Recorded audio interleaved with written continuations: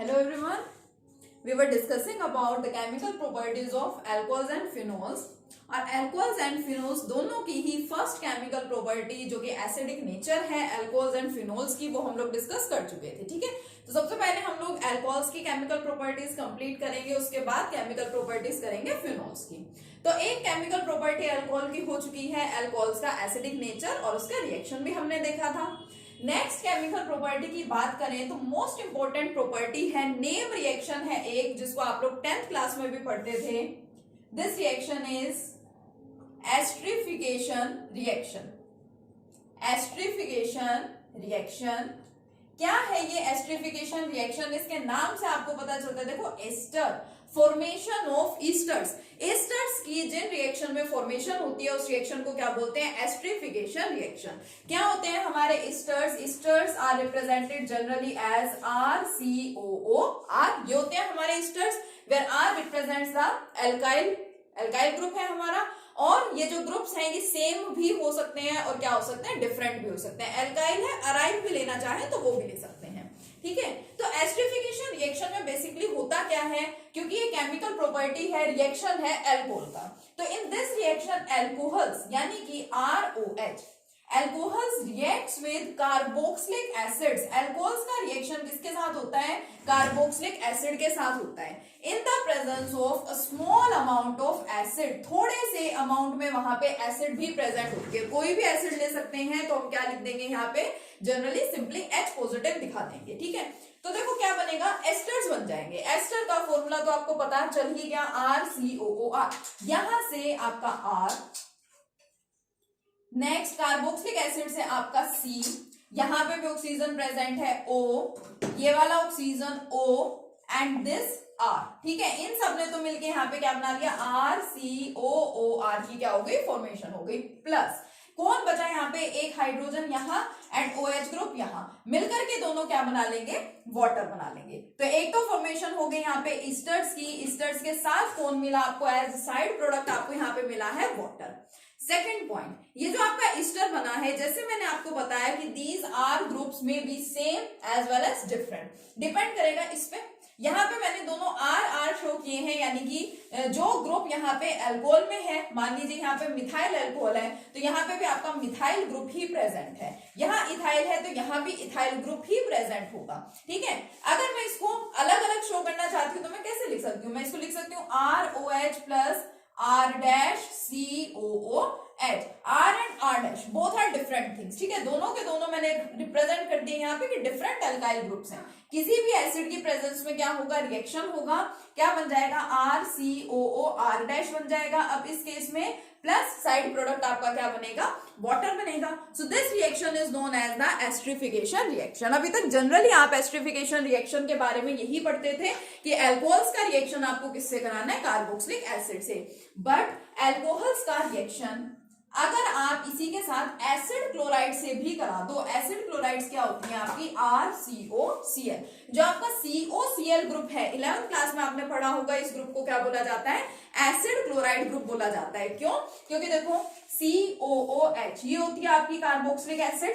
इसमें क्या किया गया है? इसमें OH को रिप्लेस कर दिया किससे? Cl से. अब Cl यहाँ पे आ रहा है, इट मीन्स क्लोराइड तो है, बट एसिड से ये बना हुआ है, एसिड का डेरिवेटिव है, इसलिए इसको क्या बोलते हैं? एसिड क्लोराइड बोलते हैं. इसी तरह से जो अल्कोहल्स हैं, जैसे वो कार्बोक्सिलिक एसिड के साथ रिएक्ट करके ईस्टर्स बना रहे हैं, तो वो एसिड डेरिवेटिव्स यानी कि आपके एसिड एनहाइड्राइड्स आप ले सकते हैं, एसिड क्लोराइड्स आप ले सकते हैं, इनके साथ भी कंबाइन होकर के वो क्या बनाएंगे? ईस्टर्स ही बनाएंगे.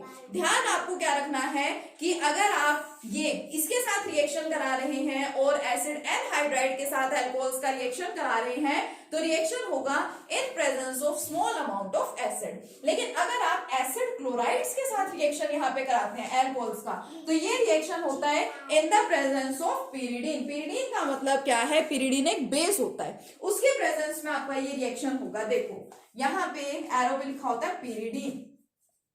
पिरिडीन क्या होता है? एक बेस होता है. ठीक है, कौन सा बेस है ये? पिरिडीन इज C5H5N, जिसके ऊपर लोन पेयर ऑफ इलेक्ट्रॉन्स भी प्रेजेंट होते हैं. ठीक है, तो देखो क्या बनेगा?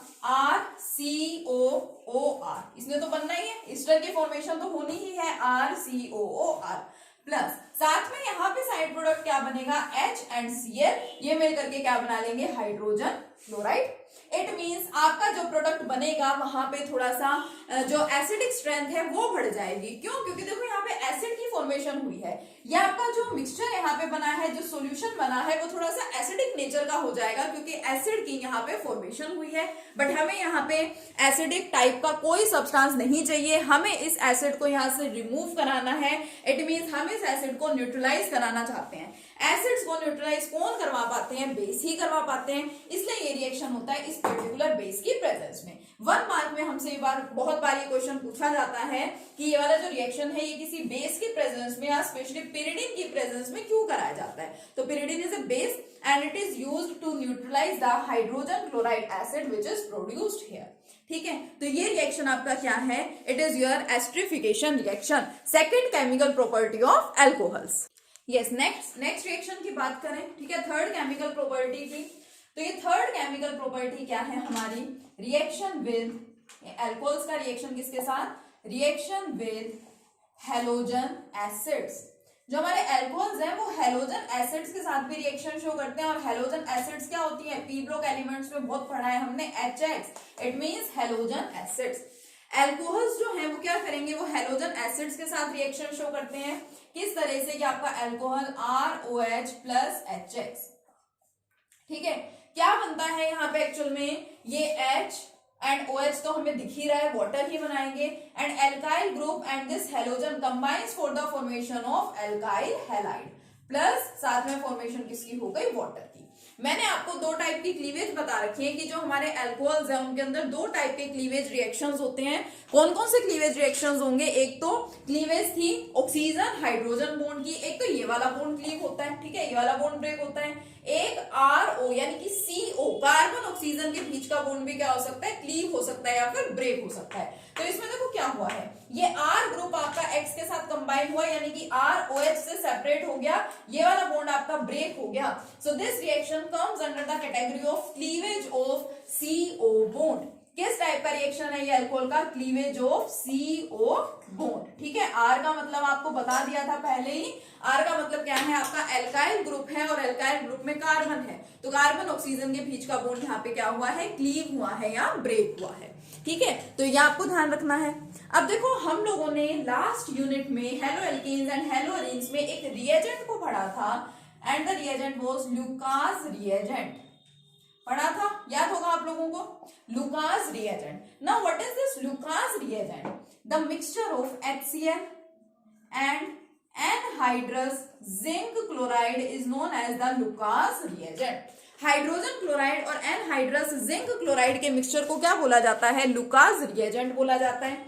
अब एल्कोहल्स हमारे पास देखो डिफरेंट टाइप के होते हैं, यहाँ तो मैंने एक जनरल सा एल्कोहल दिखा दिया ROH, बाकी हमारे पास जो एल्कोहल्स हैं हमारे पास प्राइमरी एल्कोहल्स भी हैं, सेकेंडरी एल्कोहल्स भी हैं एंड टर्सरी एल्कोहल्स भी हैं। तो ये जो आपका लुकास रिएजेंट है, ठीक है, एक्चुअल में this reagent is used for the differentiation of primary secondary and tertiary alcohols. अगर आप 1 degree 2 degree and 3 degree alcohols को डिफरेंशिएट करना चाहते हैं, पता लगाना चाहते हैं कि कौन सा एल्कोहल किस टाइप का है, तो लुकास रिएजेंट की हेल्प से ये किया जाता है। अब आप सोचेंगे कि हम इस रिएक्शन में लुकास रिएजेंट को कहां से ले आए, क्यों हम इसको पढ़ रहे हैं, क्योंकि देखो ये भी क्या है, हमारी हैलोजन एसिड ही तो है।